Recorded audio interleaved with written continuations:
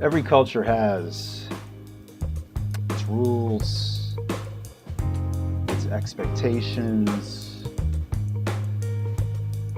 We live in America, but every ethnicity, every ethnic group has its own set of rules. Um, when sitting here thinking about Black culture, I was just watching the video and sitting here thinking about behavior and what is expected from Black Americans, what is considered, Black America, I've once heard described is like a fascist state, and everybody's got to walk in lockstep. Everybody is expected to walk this way, walk a certain way. Yeah, if you caught that last reference, you're a little older. That's Aerosmith and Run DMC, Walk This Way. Black America, but I started to realize Black America is not that different from Asia. I lived in Asia for several years. Long story as to why that happened. I was supposed to be there for 2 years and it ended up getting extended. I was getting some work experience and some travel experience, and didn't get to travel while I was in. I was supposed to go to France for a year when I was an undergrad. Didn't get to go, but I decided to do Asia, and it was cool. It was worth it. It was totally worth it. But what I wanted to talk to you about is in Asia, there's an expression that says, the nail that sticks out gets hammered. The nail that sticks out gets hammered. What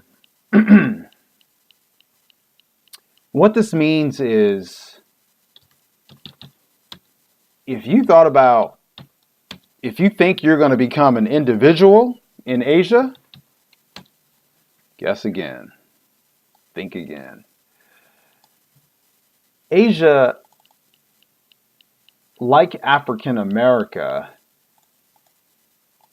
Asia's a great, let me start over. Asia's a great way to understand African American. I'm not even sure why it took me so long to put these two together, but understanding Asia helps you understand African America, helps you understand your own culture. We don't accept, African Americans don't accept differences. Okay? We don't accept differences. We don't accept differences. We don't want African Americans to behave any differently than what we are.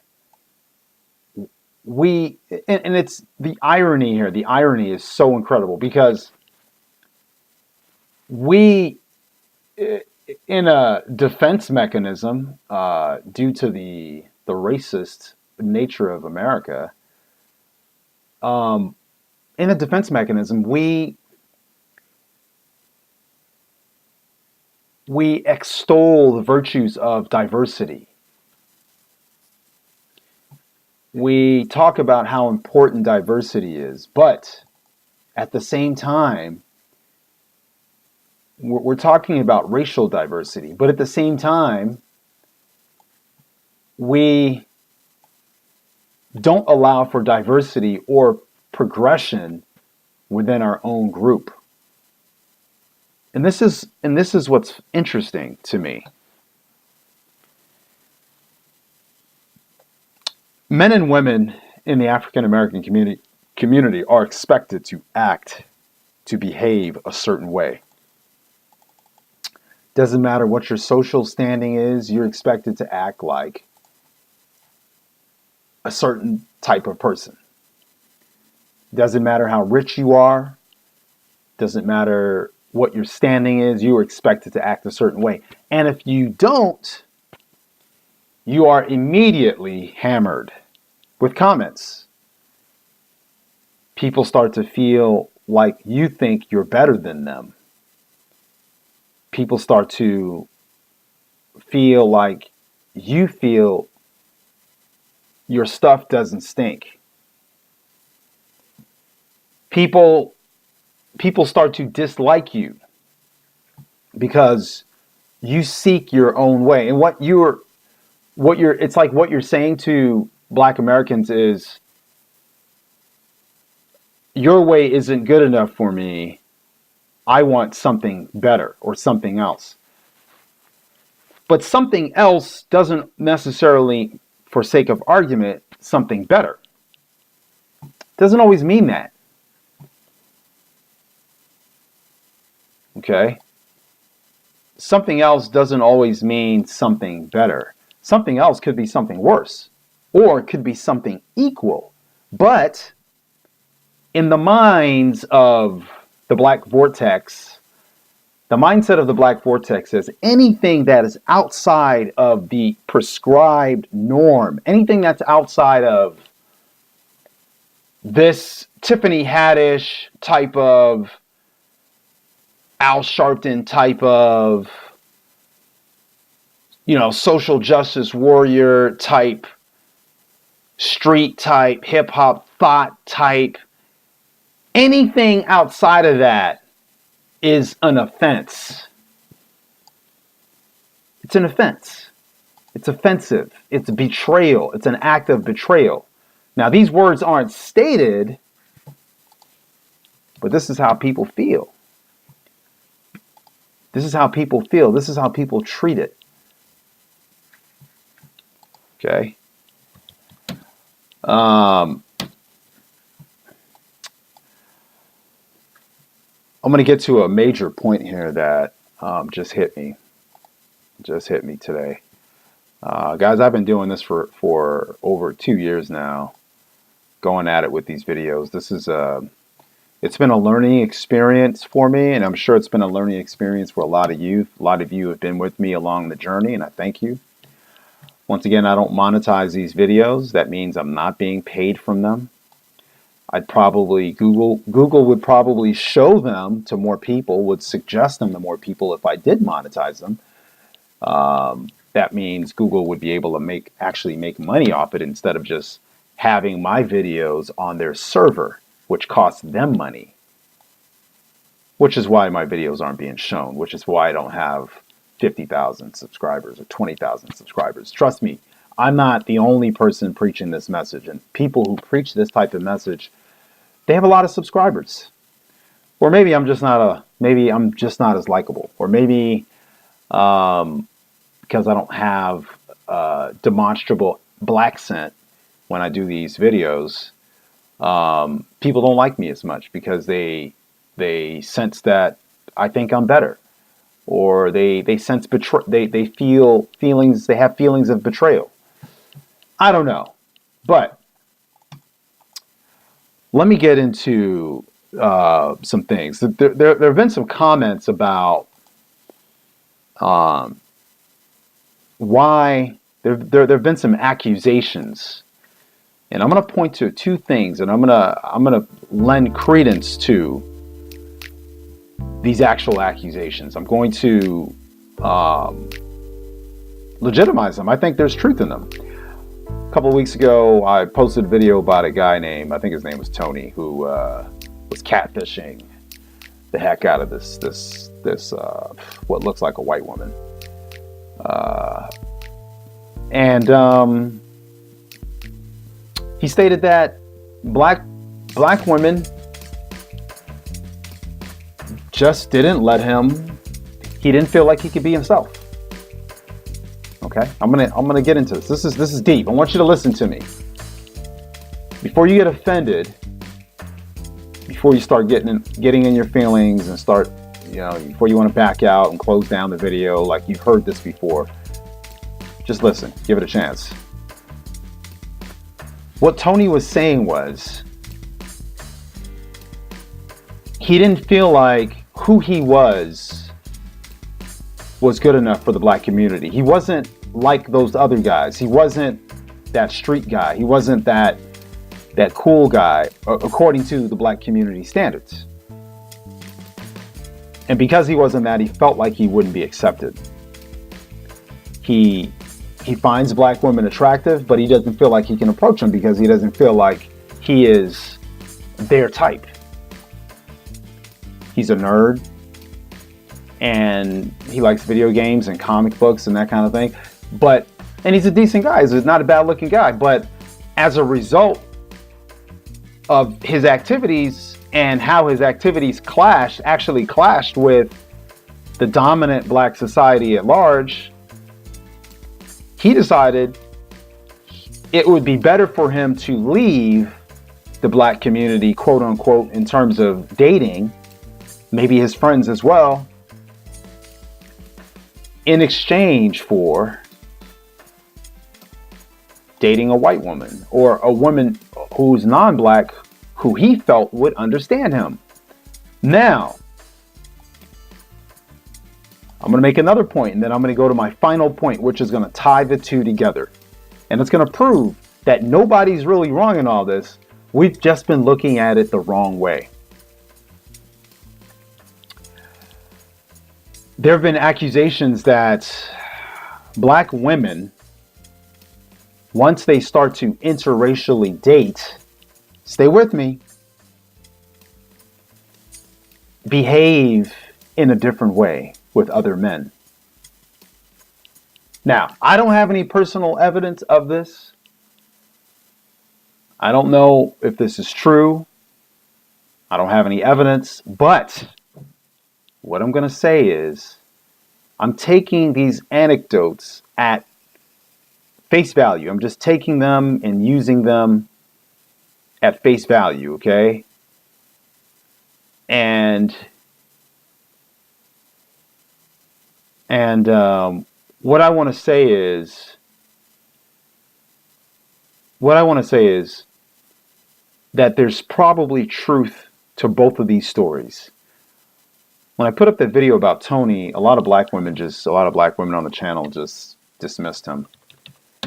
And that's the problem. You can't just dismiss people's feelings. This is why we're in this situation to begin with. When black men are saying something, when black women are saying something, you can't just ignore it. By ignoring it, you show that you don't care. And as a result, what happens is people leave and find someone else to be with. This is true for marriage. This is true for the dating culture in the black community. This is true for a lot of things. This is true when people don't feel like they're being listened to. This is when they leave. So some black women, they feel like they're being ignored, and they are, by a lot of black men, and they leave. Rightfully so. They have the right to leave. Tony felt like he couldn't be himself, so he left. And rightfully so. He's able to do whatever he wants to do. That's just how it is. But here's my main point. It's probably true that black women behave differently when they're dating a white man or other men. Why? I'll tell you why. There's a concept called code switching. Code switching. All of us have probably heard of it. It's when we speak a different way when we're with certain people, and when we get into another environment, we speak another way. I'll admit, on these videos, I talk to you like I'm coming from an intellectual point of view. I'm coming from a very, let's just leave it at that. It's my point of view is coming from an intellectual point. So when I'm making points like this, I tend to speak a certain way. When I'm talking with my friends, when I'm hanging out, it's a little bit different. It's a lot different, actually. My voice might sound a little bit more something like this, where I'm just kind of hanging out and talking to people, having a good time, and that's it. So that's a form of code switching. Now, some black people code switch when they're actually with at work. I think most people code switch. Everyone has their telephone. I think the most obvious form is when everyone, like a telephone voice. Everyone has a telephone voice. Okay. Everyone has a. Everyone has a voice when they are in the classroom or when they are talking to people of a different race. A more neutral voice. Okay. Everyone has that. So the key is code switching. This is the key. Essentially, what's happening is people who give up and leave the community are tired of code switching. They don't want to code switch.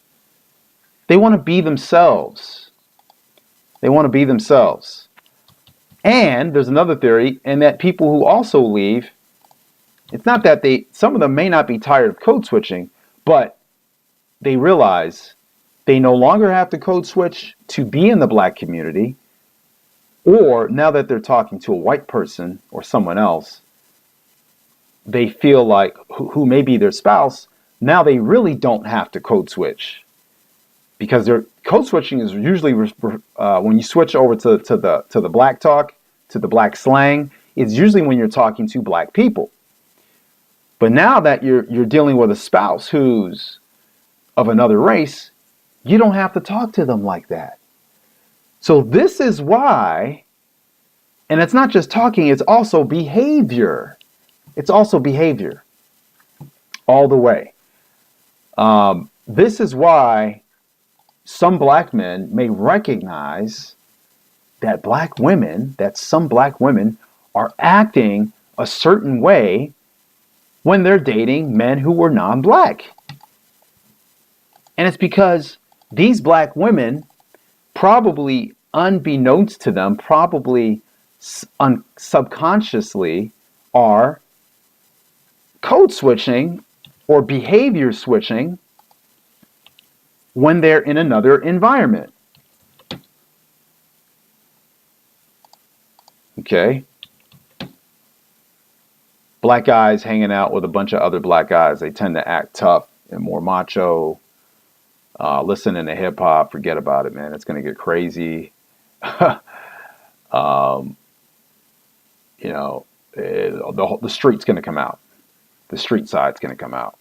Black guys hanging around a bunch of white guys, it's probably going to be a little bit different. You tend to adapt to the environment in which you're in. I believe that these black people have been trained by black culture to behave a certain way. And once they are out of that environment, they no longer have to behave that way.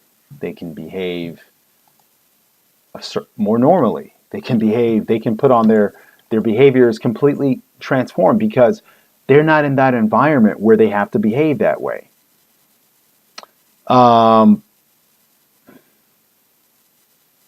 was reading a blog a long time ago where a Russian woman who lived in a certain part of Russia. The blog was entitled, "Why do Russians look so mean?" or something like that. Why do they always look mean?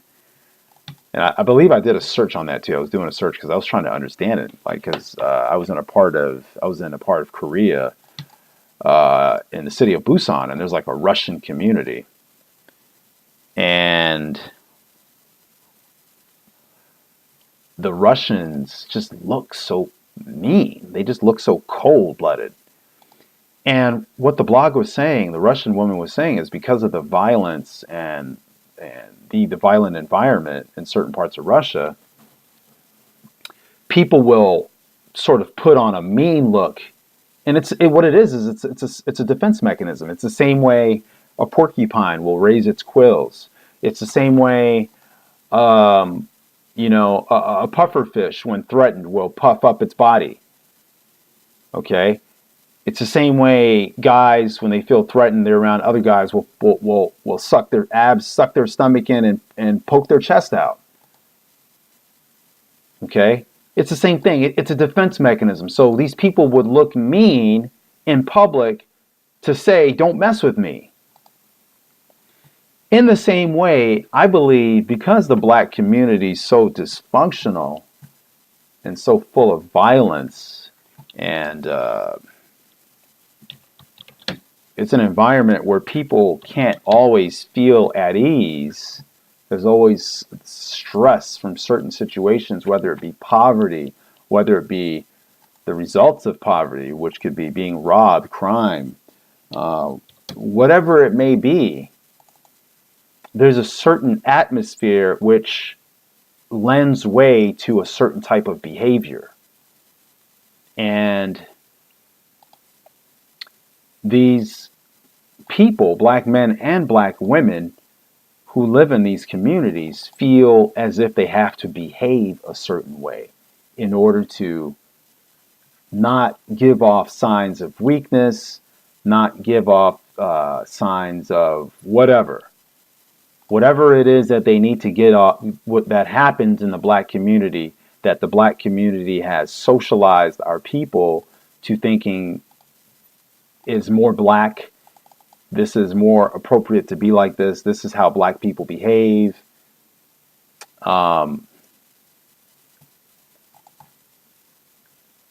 So whatever it is that's being taught, once this black woman, or black male, once they leave certain communities where this is, and this is a lot of times why they want to leave, because it's just not safe and it's not fun. But once they leave and once they're with someone else, now they can adapt and see, because that environment's abnormal and they know it's abnormal, and the litmus test to knowing that it's abnormal, the hood, the ghetto, is because people leave. People don't want to be there. That's how we know it's not normal. So once they leave and they go somewhere else, now because in their minds they realize it's not normal, now they feel at ease. Now they feel like they can be who they want to be an individual, be themselves. I want to get your opinion on this. Definitely hit me up in the comments. Common denominator. Peace.